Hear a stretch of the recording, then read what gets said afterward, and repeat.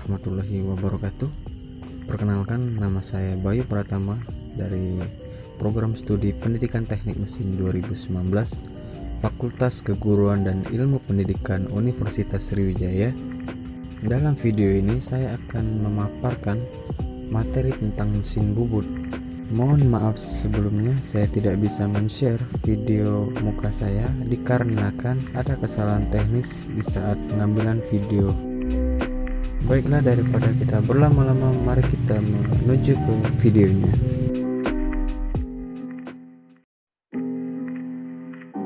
Dalam video ini saya akan memaparkan materi tentang mesin bubut. Oke, baiklah, pertama-tama kita akan mengetahui terlebih dahulu pengertian mesin bubut. Mesin bubut adalah suatu mesin perkakas yang digunakan untuk memotong benda yang diputar. Bubut sendiri merupakan suatu proses pemakanan benda kerja yang sayatan dilakukan dengan cara memutar benda kerja kemudian dikenakan pada pahat yang digerakkan secara translasi sejajar dengan sumbu putar dari benda kerja. Gerakan putar dari benda kerja disebut gerakan potong relatif, dengan gerakan translasi dari pahat disebut gerak umpan. Dengan mengatur perbandingan kecepatan rotasi benda kerja dan kecepatan translasi pahat, maka akan diperoleh berbagai macam ulir dengan ukuran kisaran yang berbeda. Di gambar tersebut adalah contoh mesin bubut.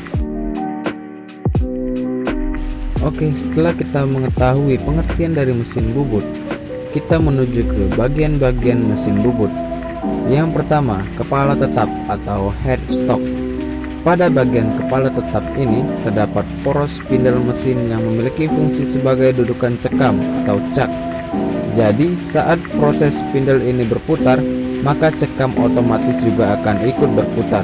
Selain itu, di bagian kepala cekam juga terdapat sabuk bel dan puli atau pule, yang mana keduanya dihubungkan dengan motor penggerak. Yang kedua, motor penggerak. Bagian motor penggerak ini bisa Anda jumpai di bawah gearbox atau kepala tetap. Adapun fungsinya mengubah energi listrik menjadi energi mekanik untuk menggerakkan semua komponen yang ada pada mesin bubut. Dan bagian ketiga, tuas atau handle. Hampir setiap mesin bubut memiliki jenis tuas atau handle yang berbeda-beda.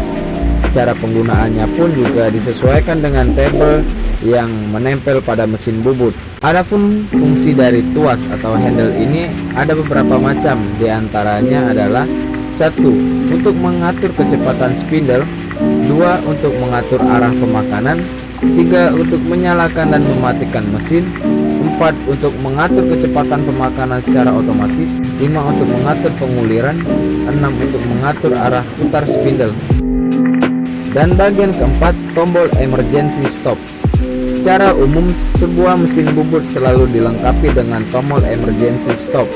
Jadi tombol emergency stop ini digunakan untuk mematikan mesin bubut dalam kondisi atau situasi darurat. Adapun tombol emergency ini memang dirancang khusus untuk mendukung keselamatan kerja dalam kondisi-kondisi tertentu. Yang kelima, kepala lepas, tailstock. Kepala lepas ini berada dipasang di atas alas mesin atau terdapat di sebelah kanan mesin yang dikencangkan dengan baut dan mur. Adapun gunanya sebagai tempat penahan ujung benda kerja yang sedang dibubut, maupun sebagai tempat penahan kedudukan bor saat digunakan, dan lain-lain. Yang keenam, ada eretan. Eretan merupakan bagian mesin bubut yang berfungsi adalah sebagai dudukan sekaligus pengantar alat potong atau pahat agar dapat bergerak sepanjang alas mesin, baik bergerak dalam arah membujur ataupun melintang. Terdapat pada gambar, eretan dibagi menjadi 3. Yang pertama, eretan lintang, yang kedua eretan alas, dan yang ketiga adalah eretan atas. Baiklah, ini adalah penjelasan 3 jenis eretan. Yang pertama, eretan alas. Eretan alas merupakan bagian yang berada di alas mesin dan bisa bergerak ke kiri atau ke kanan. Adapun di dalamnya terdapat perlengkapan mekanik yang bekerja secara otomatis untuk menggerakkan eretan tersebut, atau bisa juga digerakkan menggunakan tangan atau manual. Yang kedua, eretan lintang. Bagian ini berada di atas eretan alas dengan posisi duduk melintang terhadap alas. Maksud dari gerakan melintang di sini adalah komponennya bisa mendekat dan menjauh operator ketika diputar secara manual maupun otomatis. Yang ketiga, eretan atas. Eretan atas posisinya ada di bagian atas eretan lintang yang dikencangkan dengan dua baut. Adapun kedudukannya bisa diputar atau dirubah 360 derajat menyesuaikan kebutuhan. Yang ketujuh, dudukan pahat atau tool post. Bagian dudukan pahat ini berada di atas eretan atas yang berfungsi untuk menjepit pahatan saat proses pembubutan dilakukan. Adapun secara umum, dudukan pahat atau tool post dibedakan menjadi dua bagian, yaitu yang pertama, standar tool post. Dudukan pos standar ini menggunakan ganjalan sebagai pengatur ketinggian mata pahat, sementara untuk mengencangkan pahat dilakukan dengan cara memutar baut-baut yang ada di bagian atas tool post. Tool post standar dibedakan menjadi dua berdasarkan jumlah rumah pahatnya. Yang pertama adalah rumah pahat 1, maksudnya adalah jumlah pahatan yang bisa dipasang hanya berjumlah satu saja. Jadi operator harus berulang-ulang untuk mengatur ketinggian setiap kali menggantikan pahat. Yang kedua, adjustable tool post. Tool post jenis ini berfungsi untuk mengatur ketinggian mata pahat tanpa harus menggunakan ganjalan. Hal ini yang membedakan dengan jenis standar tool post. Adjustable ini juga terdapat dua macam. Yang pertama, rumah pahat 1 dan rumah pahat lebih dari 1, yang mana penggunaannya sama dengan jenis standar tool post. Lanjut ke nomor 8, lampu penerangan. Lampu penerangan ini merupakan bagian dari mesin bubut yang berfungsi untuk membantu operator dalam melihat benda kerja saat proses pembubutan, serta untuk melihat hasilnya agar lebih maksimal. Namun sayangnya tidak semua mesin bubut sudah dilengkapi dengan lampu penerangan khusus ini. Lanjut ke 9, pendingin atau selang coolant. Selang coolant ini berfungsi untuk menyemprotkan cairan saat proses pembubutan terjadi. Selain itu, bagian ini juga berfungsi untuk menstabilkan suhu alat potong ketika dirasa sudah melampaui panas. Lanjut ke 10, alas mesin, bed mesin. Bagian alas mesin ini berfungsi sebagai tumpuan gaya pemakanan ketika proses pembubutan terjadi, dan juga sebagai tempat dudukan untuk kepala lepas, penyayangan diam atau steady rest, dan eret. Lanjut ke 11, poros pembawa atau transportir. Poros transportir merupakan bagian poros berulir yang terletak di bawah eretan alas, berbentuk seperti trapesium atau segi empat dengan jenis ulir Whitworth atau inch dan metrik atau milimeter. Lanjut ke bagian ke-12, alat pencekam. Maksud dari alat pencekam adalah bagian yang digunakan untuk mengikat benda keras atau benda kerja saat akan dilakukan proses pembubutan. Alat pencekam dibagi menjadi dua jenis, yaitu 1, cekam utama atau cak. Cekam merupakan alat perlengkapan mesin bubut yang berguna untuk menjepit benda saat proses pembubutan terjadi. Jenis ini bisa dilihat dari rahang yang terbagi atas dua buah, yaitu cekam sepusat dan cekam tidak sepusat. Cekam sepusat adalah cekam yang apabila saat satu rahang digerakkan maka bagian lain akan ikut bergerak menjauhi pusat sumbu. Dan cekam tidak sepusat berarti kebalikan dari cekam sepusat, di mana di saat cekam tidak sepusat digerakkan maka hanya satu sisi saja yang bergerak. Yang kedua, cekam collet atau collet chuck. Cekam kolet merupakan salah satu penjepit yang mempunyai permukaan relatif halus dan ukurannya lebih kecil. Pada jenis cekam ini terdapat 3 bagian, yaitu kolet, dudukan kolet, dan batang penarik. Bagian yang terakhir atau yang ke-13, rem kaki. Bagian ini digunakan untuk menghentikan putaran mesin di posisi tertentu saat proses pembubutan. Jadi, operator bisa mengatur kapan rem kaki ini digunakan, termasuk dalam kondisi darurat sekalipun.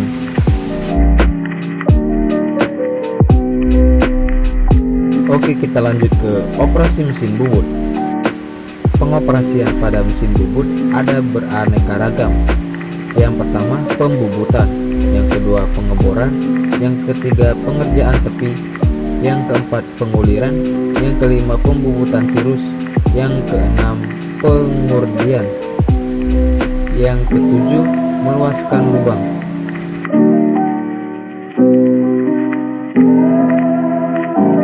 Lanjut, pengerjaan tepi atau facing. Pengerjaan tepi adalah apabila permukaan harus dipotong pada pembubutan. Benda kerja biasanya dipegang pada plat muka atau dalam pencekam seperti gambar 3B. Tetapi bisa juga pengerjaan tepi dilakukan dengan benda kerja di antara kedua pusatnya, karena pemotongan tegak lurus terhadap sumbu putar, maka kereta luncur harus dikunci pada bangku pembubutan untuk mencegah gerakan yang aksial. Pembubutan tirus. Ada 3 cara pembubutan tirus yang dapat dilakukan, yaitu 1. Pergeseran kepala lepas atau tail stock dalam arah melintang dengan jarak tertentu. Kedua, memutar posisi eret atas atau perlengkapan majemuk atau perletakan majemuk sebesar derajat tertentu. Dan ketiga, menggunakan perlengkapan khusus untuk pembuatan bentuk tirus atau disebut taper attachment.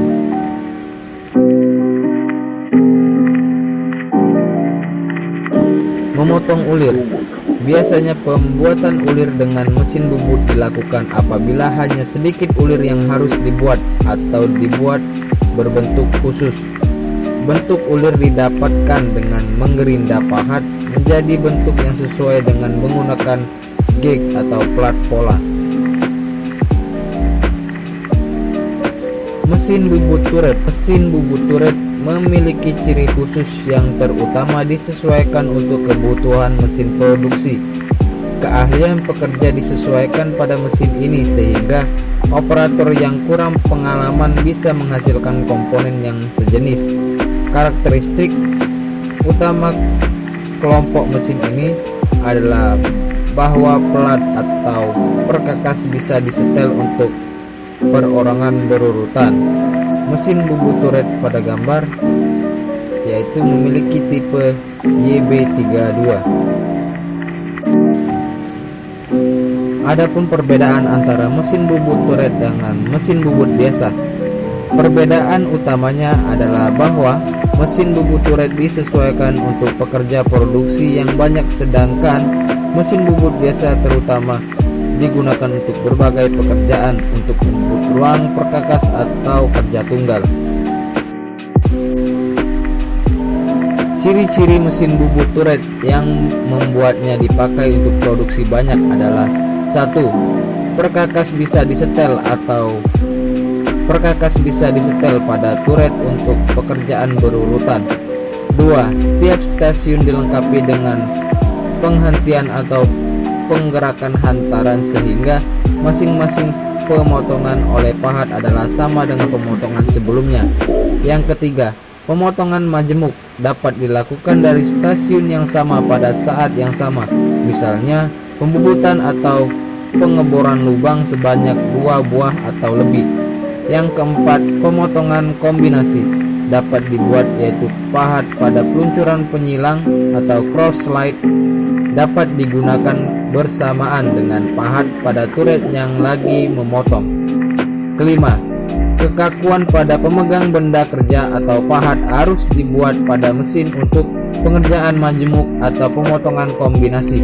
Yang keenam, mesin bubut turret mungkin dilengkapi dengan berbagai perlengkapan seperti pembuatan tirus, pembuatan ulir, dan pekerjaan duplikasi, dan bisa dikontrol dengan pita atau kaset.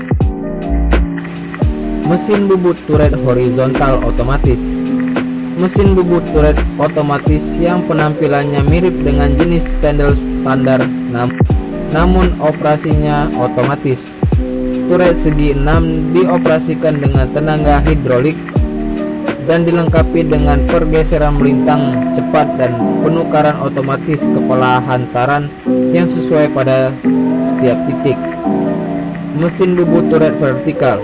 Mesin bubut turret vertikal mirip dengan flash pengeboran vertikal, tetapi memiliki karakteristik pengaturan turret yang memasang pahat. Mesin ini terdiri dari pencekam atau meja berputar dalam kedudukan horizontal dengan turret dipasang di atas rel menyilang. Mesin bubut otomatis. Mesin bubut yang perkakasnya secara otomatis dihantarkan kepada benda kerja dan mundur setelah daurnya diselesaikan. Dikenal sebagai mesin bubut otomatis. Mesin bubut yang otomatis sepenuhnya dilengkapi dengan magazin hantaran sehingga sejumlah suku cadang dapat dimesin secara berurutan dengan hanya sedikit pengawasan dari operator. Mesin bubut duplikat. Mesin bubut duplikat memproduksi kembali sejumlah suku cadang dari bentuk induk ataupun contoh dari benda kerja. Hampir setiap mesin bubut standar dapat dimodifikasi untuk pengerjaan penduplikasian. Reproduksinya dari sebuah pola, baik bulat ataupun datar, yang biasanya dipasang di belakang mesin bubut.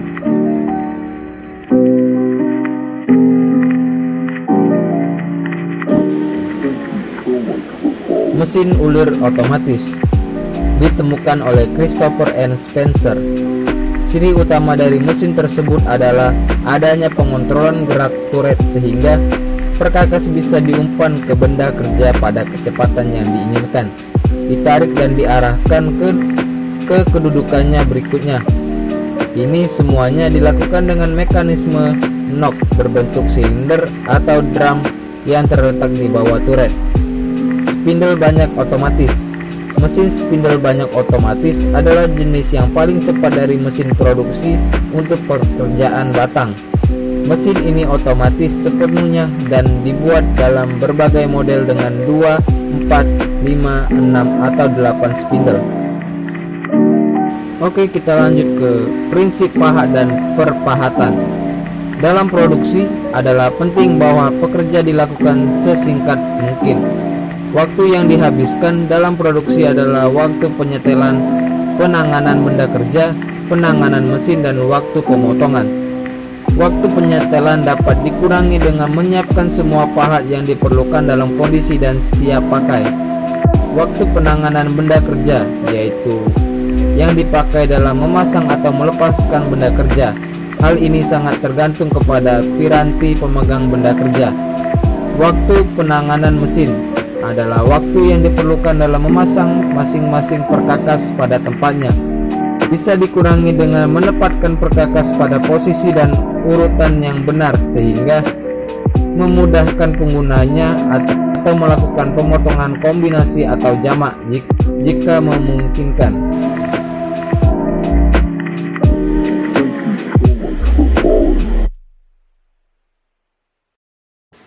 Mungkin cukup materi yang dapat saya sampaikan. Silakan like dan komen jikalau bermanfaat bagi kalian. Terima kasih. Wassalamualaikum warahmatullahi wabarakatuh. See you next video.